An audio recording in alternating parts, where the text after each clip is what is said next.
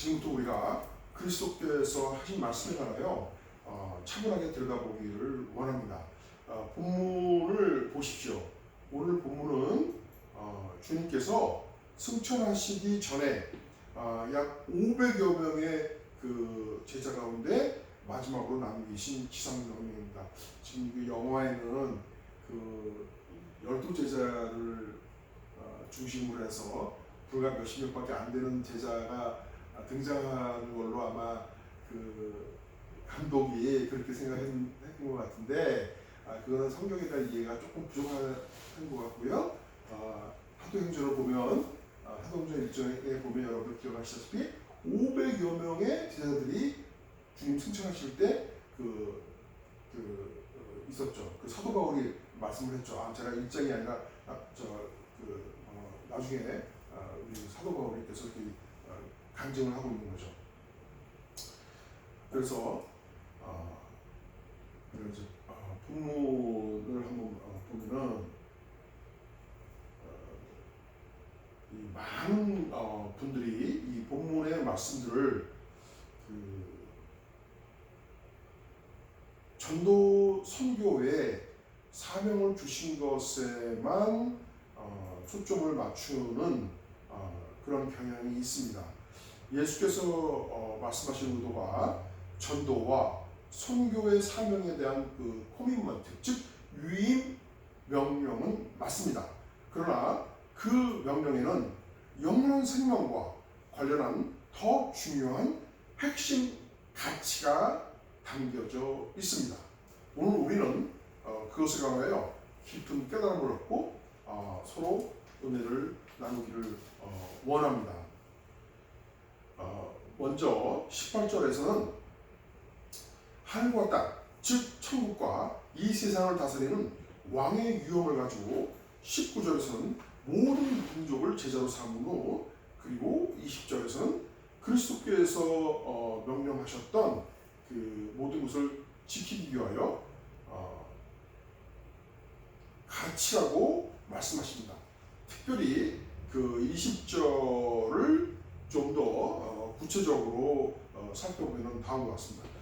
여기에서 우리말인 그 한국어로 이 가르쳐 지키게 하라 라고 그 번역된 부분을 영어로 보면 예수님께서 말씀하신 그 의도를 좀 더 정확하게 이해할 수 있는데요. 영어 성경을 보면 제가 영어 성경에 오케이. 자, 이 영어 성경을 보면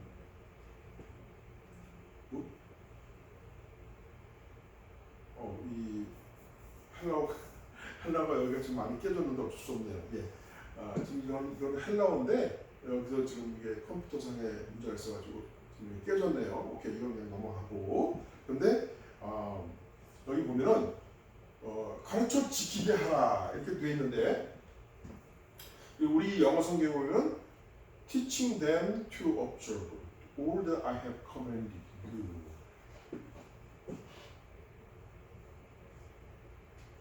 우리말보다는 이 영어가 그 원어에 좀 더 가깝게 번역이 되어 있습니다. 여기서 우리가 주목해야 할 점은 그리스도께서 teaching them 여기 보이세요? 밑에 맨 밑에 안에 있는 거 보이세요? 네, teaching them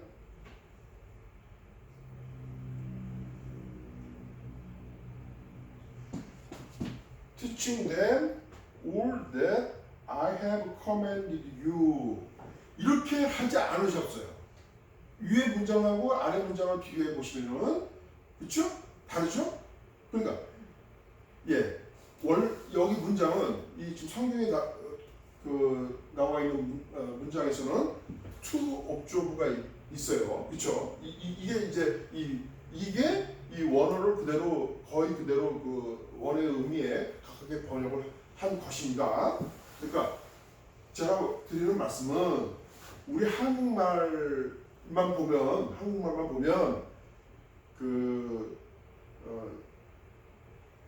가르쳐 지키게 하라고 돼 있는데, 근데 여기서 중요한 것은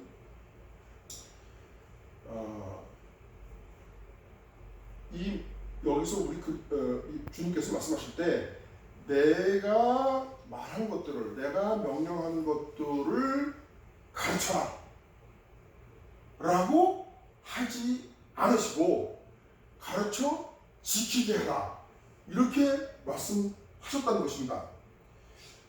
만일 예수께서 내가 명령한 모든 것을 가르쳐라 라고 이렇게 말씀하셨다면 그것은 우리가 그가 하신 그 말씀들에 대한 그 지식을 단순하게 전하라는 의미인 것입니다. 예를 들자면 위대한 철학자라고 불리우는 아리스토텔레스, 플라톤, 칸트 등과 같은 그런 그 학자들이 한 말들이나 또는 그 저서들에 대해서 가르치는 그 대학교 교수들은 그 위대한 철학자들의 그 사상에 대한 해설과 정보를 제공함으로써 그들의 임무를 다 수행하는 것입니다. 그것이 전부입니다. 그렇죠? 그들에게는 학생들로 하여금 그 위대한 철학자들의 사상을 따르고 지키게 할 의무는 없습니다. 그냥 그 대학 교수님들은 그냥 가르치기만 하면 되는 거예요. 그렇죠? 그러나 우리 그리스도께서 원하시는 것은 단순히 그의 말씀에 대한 그 지식을 전하는 것이 아닙니다. 그리스도께서 뭐라고 말씀하셨습니까? Teaching them to observe all that I have commanded you. 내가 명령한 것들, 모든 것들을 to observe는 여기서 observe는 보다, 관측하다 이런 뜻이 아니라 이 observe의 뜻은 여기서는 지키다라는 뜻입니다. 준수하다, 법을 준수한다, 또는 법을 지킨다라는 뜻이 있습니다. 그 observe는 그런 뜻도, 중요한 뜻도 있습니다. 그래서 여기서 내가 명령한 것들을 지키기 위해서, 지키도록 가르쳐라, 지키기 위해서 가르쳐라 라는 그런 뜻이 되겠습니다. 여러분 여기까지 이해되시죠? 예. 달리 말씀드리면 이 세상 모든 사람들에게 그리스도가 명령 한 것들을 전하되 그들이 지키기 위하여 가르치라는 것입니다. 그것은 우리가 그리스도의 복음을 전하는 것보다 복음을 듣고 받아들인 사람으로 하여금 그리스도의 제자가 되도록 가르치는 것이 더 중요하다는 것을 의미하는 것입니다. 이 말씀은 여러분들이 너무나 잘 알고 있는 구절임에도 불구하고 그동안 우리가 이 말씀이 갖는 중요한 의미를 깊이 깨닫지 못하고 있었던 것입니다. 그로 인해서 우리는 지금까지 전도자의 입장에 있을 때는 다른 사람에게 복음을 전하기만 해도 자기의 임무는 다 한 것으로 생각하고 있고, 또 다른 한편으로는 예수를 믿는 자의 입장에서는, 그 복음을 받아들인 사람의 입장에서는 그 말씀을 믿는 그 복음을 내용에 대해서 믿는 삶을 내가 받아들이는 삶을 살아가면 된다. 그것이 순종이다. 이렇게 믿고 있다는 것입니다. 그런데 말입니다. 그 말씀에 순종한다는 그 개념에 대해서 생각해 보면 복음을 받아들인 후 현재 믿음 생활을 하는 사람의 입장에서는 그리스도의 제자가 되어 그리스도와 함께 동행해야 한다라고 생각하기보다는 예수 그리스도와 자기 존재 사이에는 어느 정도의 그 간격이 존재하기 때문에 마지막 날까지 그저 말씀을 받아들이기만 하면 된다라고 단순하게 생각하기 쉽습니다. 결과적으로 그것은 믿는 자로 하여금 순종하는 믿음에 대하여 소극적인 믿음의 태도로 살아가게 합니다.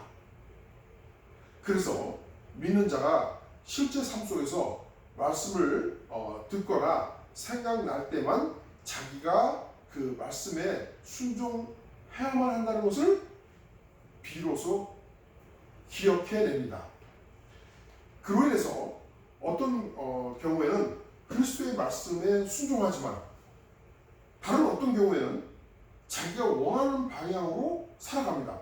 달리 말씀드리면 그때마다 자기가 원하는 방향대로 자기가 원하는 대로 순종하는 선택적 순종의 삶을 살아간다는 것입니다.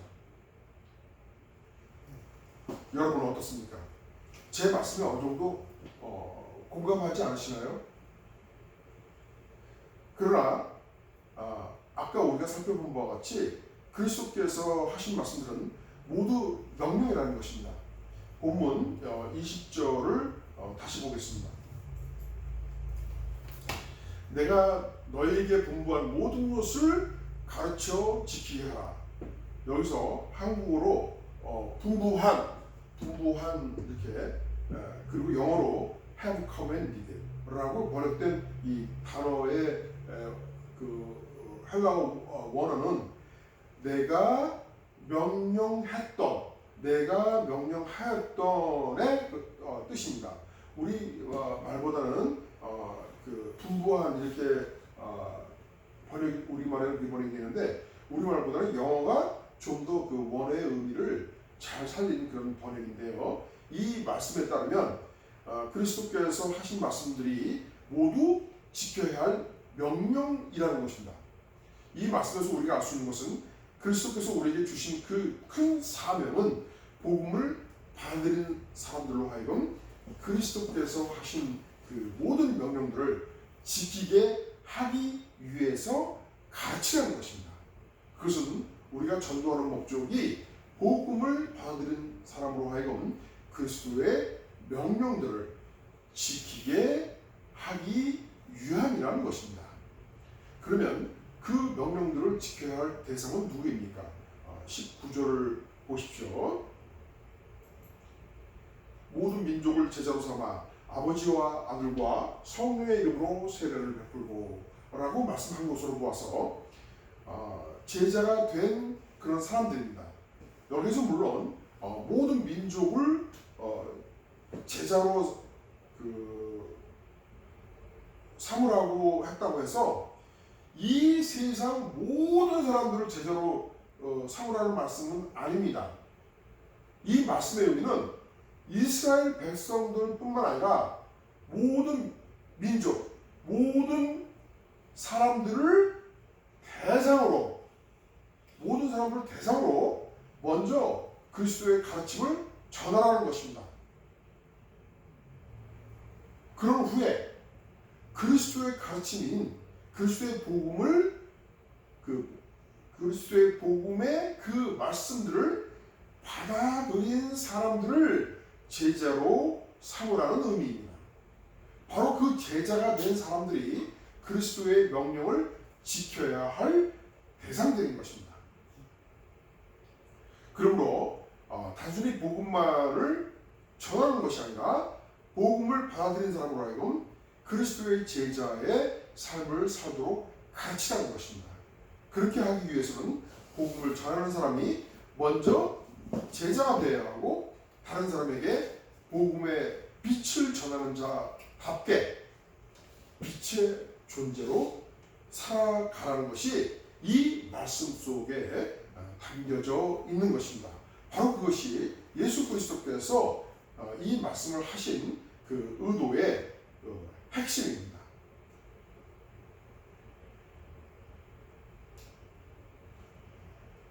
한편 여기에서 우리가 주목해야 할 점은 우리말에서 이 모든 민족을 제자로 삼아 세례를 베풀고 라고 하니까 모든 먼저 그 사람들을 제자로 만든 다음에 그 다음에 세례를 베풀라라는 뜻으로 이해될 수 있는데요. 이 말씀은 그런 뜻이 아닙니다. 우리 말보다는 영어 성경을 보시면 좀 더 이해가 잘 될 수 있습니다. 영어 성경을 보겠습니다.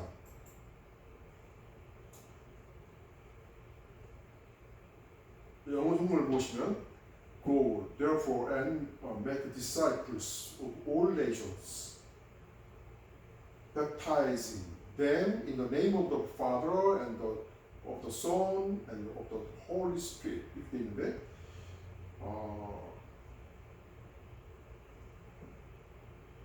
아버지의 이름과 아들의 이름과 성령의 이름으로 세례를 베풀면서 제자로 모든 사람들을, 모든 족속들을 제자로 삼으라 라고 말씀하고 있습니다.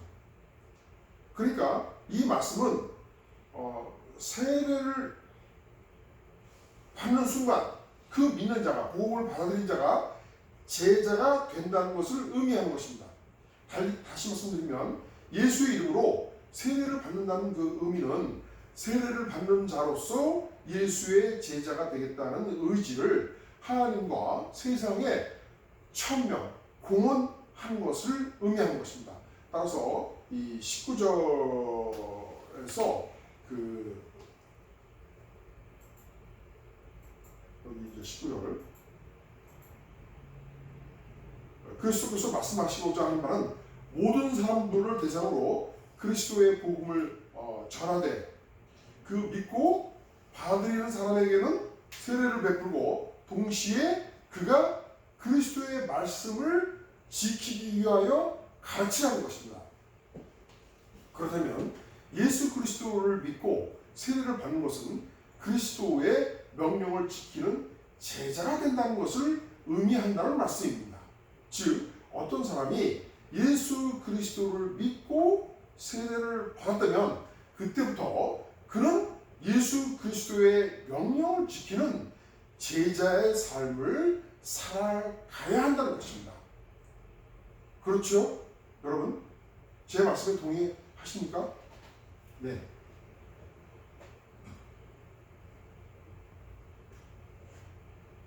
여러분, 만약 우리가 그리스도의 명령을 지키지 않으면 우리는 구원받은 자들 또는 구원받을 자들이 아닌 것입니다. 왜냐하면 그리스도께서 이렇게 말씀하셨기 때문입니다. 요한복음 12장 46절부터 50절을 보겠습니다.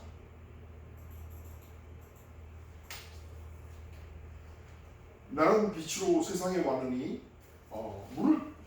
나를 믿는 자로 어둠에 거하지 않게 하려 함이로다. 이 말씀은 그리스도를 믿는 자로 하여금 어둠에 거하지 않게 하겠다는 말씀이니까 예수를 믿지 않는 자는 어둠에 거하게 된다는 말씀입니다. 즉 예수를 믿지 않는 자는 구원받지 못한다는 그 진리를 선포하신 것입니다.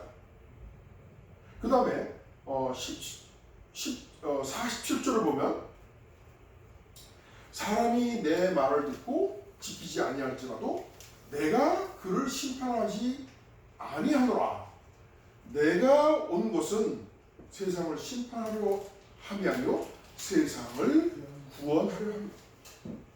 이 말씀은 예수 그리스도께서 언젠가 최후의 심판날에 심판주가 되실 것이지만 지금 이 세상에 육신을 입고 오신 그 목적은 세상 속에 있는 그리스도의 백성들을 구원하기 위하여 오셨다는 말씀입니다. 그의 오신 목적에 따라 그를 믿는 자는 구원을 얻지만 받아들이지 않고 믿지 않는 자는 구원을 받지 못하고 지옥의 심판을 받게 될 것임을 다음 구절에서 말씀하고 있습니다. 48절을 보겠습니다. 나를 저버리고 내 말을 받지 아니하는 자를 심판할 리가 있으니 곧 내가 한 그 말이 예수님이 하신 그 말씀들이 그런 말들이 마지막 날에 그 사람을 심판하리라. 여기에서 심판할 심판할 이가 있다. 이 심판할 이는 곧 내가 한 그 말이라는 거예요. 예수님께서 하신 말씀이라는 거예요. 그러니까 이 말씀은 예수 그리스도께서 하신 그 말씀을 근거로 심판받는다는 말씀이고, 심판할 이란 그 말을 한 주체가 심판한다는 뜻으로 예수 그리스도가 심판의 주체가 되는 것이죠.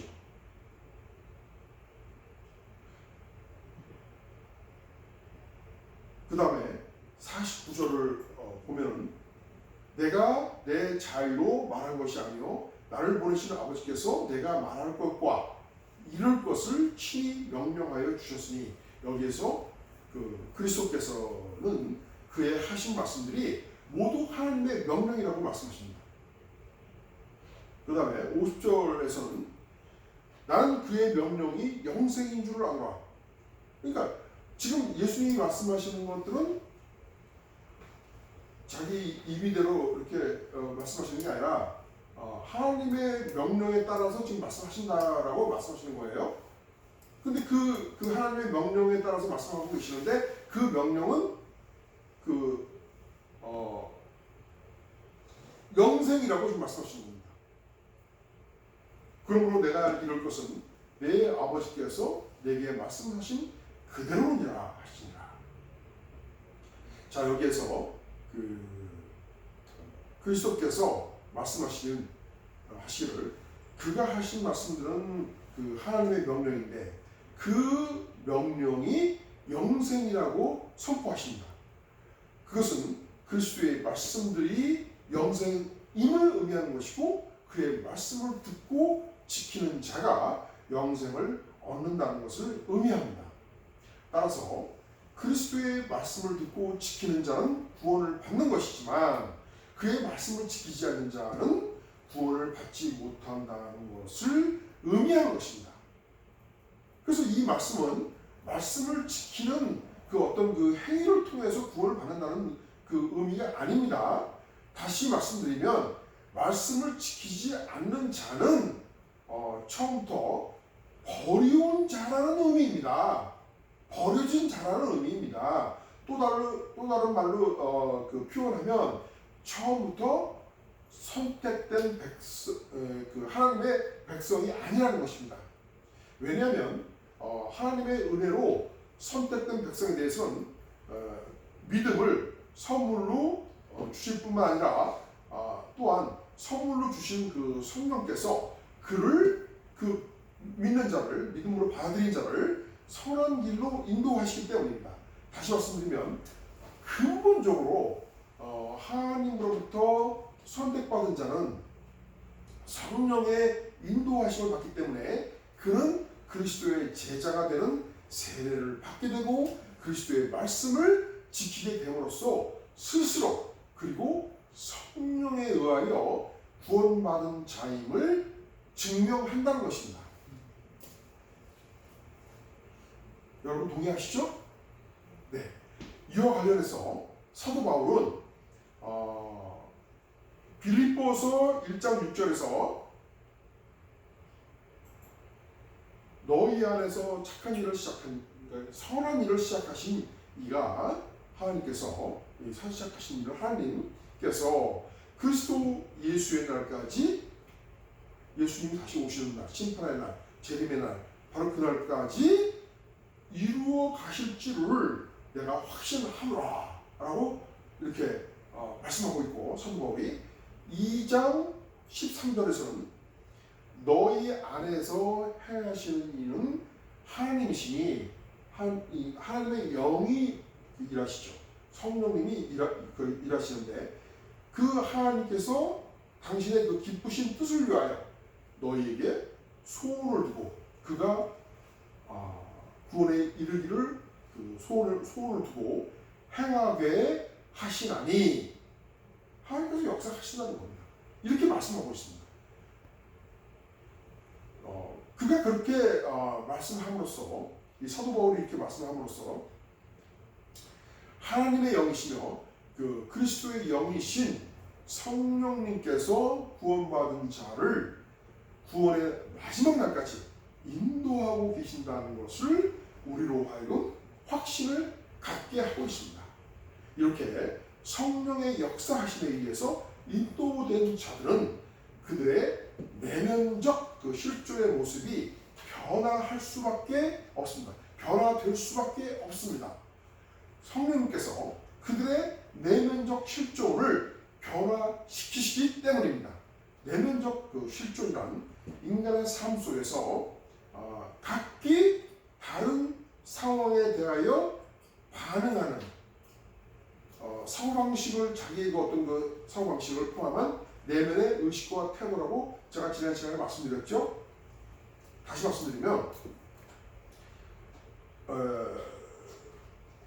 어떤 현상들, 사회적인 현상, 뭐 정치적인 거, 사회적인 일들, 또 경제가 돌아가는 거, 우리가 비즈니스를 하면서 또 친구하고 또 성도 간에 또 아는 사람 또는 가족 간에 그때마다 우리가 그 여러 가지 상황에 부딪힐 때마다 우리 인간은 순간순간 생각을 하잖아요. 그 순간순간 생각을 하고 그것을 어떻게 받아들이고 그 순간에 대해서 내가 어떤 마음을 갖게 되는지, 그것을 그 마음을 그대로 내가 표정이나 어떤 행동을 통해서 나타내기도 하지만 이 내면적 실존이라고 제가 여러 번 말씀드렸는데, 그 내면적 실존이라고 하는 것은 내가 겉으로는 나타내지는 않는다 하더라도 내 마음 속에, 내 생각 속에, 내 의식 속에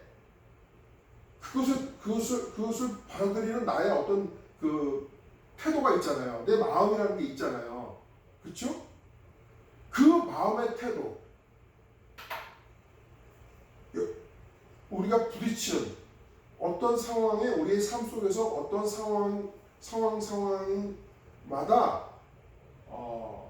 거기에 나의 생각이, 나의 마음의 그 태도가 반응하는 것, 그것이 내 내면적 실존인 것입니다. 내면적 실존의 의미를 이제 좀 잘 이해가 되셨죠? 네. 이 내면적 실존이 변화된 사람의 모습은 다른 사람에게 그 강한 인상을 심어줍니다. 그렇잖아요, 여러분. 사람이 그 사람이 평소 때 어떤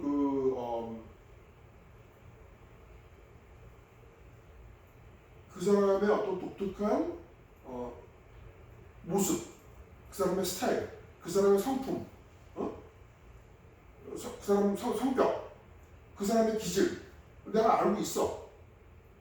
또는 잘은 모르지만 지난번에 한번 봤는데 그 사람이 어떤 인상을 나한테 줬어 라고 자기가 생각하는 게 있잖아요. 그런데 내가 받아들였던 그 사람이 다음에 보니까 어떤 변화된 모습을 보이고 있다고 한다면,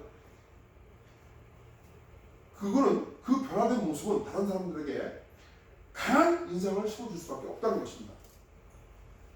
실제로 초대교회의 그 역사적 사실들이 담겨있는 사도행전 11장 25절 26절에서 그 안디옥 교회의 그 성도들의 변화에 대해서 그 기록하고 있습니다. 26절에서 지금 바나바가 사울을 찾으러 다소에 가서라고, 이 사울은 지금 원래 사도 바울의 원래 이름은 사울이었어요. 근데 이제 바울로 이름을 바꿨죠. 그래서 이 사울을 만나러 갔는데 여기 이제 만나서 안디옥 교회로 간 거예요. 그래서 안디옥 교회에서 1년 동안 안디옥 교회 교인들, 성도들을 가르쳤는데, 아마 안디옥 큰 무리라고 하는 거 보니까 그 안디옥 교회에 이분들의 그 전도 활동을 통해서 아마 많은 사람들이 왔나 봐요.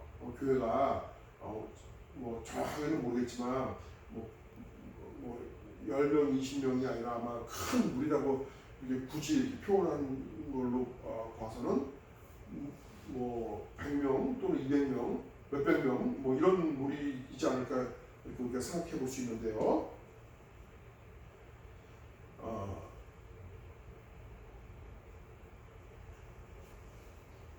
이 말씀은 바나바와 사울이 안디옥에서 이 교회를 세우는데 그들의 제자가 되어서 그리스도의 제자의 삶을 살아갔던 그 성도들이 1년이 지난 후부터 안디옥 지역의 사람들로부터 처음으로 그리스도인이라 불리우게 되었다는 것입니다. 여기 그리스도인으로 일컬음을 받게 되었다. 즉 다른 사람들이 이 안디옥 교회 사람들을 볼 때 그들이 그 그리스도의 성품과 그리스도의 십자가의 삶의 모습을 보임으로 인하여 그들을 그리스도의 백성 또는 그리스도에게 속한 사람들이라는 그런 의미로 그리스도인으로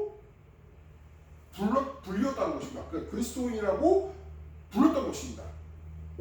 이와 같이 초대교회 당시에 교회의 그 믿는 자들을 그리스도인이라고 부르게 된 그 배경을 우리가 생각해 볼 때 이 사도행전의 역사적 기록은 누군가 예수를 믿는 마음을 가지고 매 주일마다 예배에 잘 참석하고 교회를 열심히 섬긴다 할지라도 그리스도의 제자의 삶을 살지 않으면 그는 진정한 그리스도인이라고 불릴 수 없음을 증명하고 있는 것입니다. 그러므로 우리가 진정한 의미의 그리스도인이 되고자 한다면 그리스도의 제자가 되는 삶을 살아야 합니다. 그리스도의 제자가 되는 삶이란 첫째, 여기 보시다시피 그리스도를 먼저 받아들이고 믿는 삶입니다. 그것은 그리스도께 전적으로 의지하는 삶입니다. 둘째는 영원한 생명인 그리스도의 말씀을 지키는 삶입니다.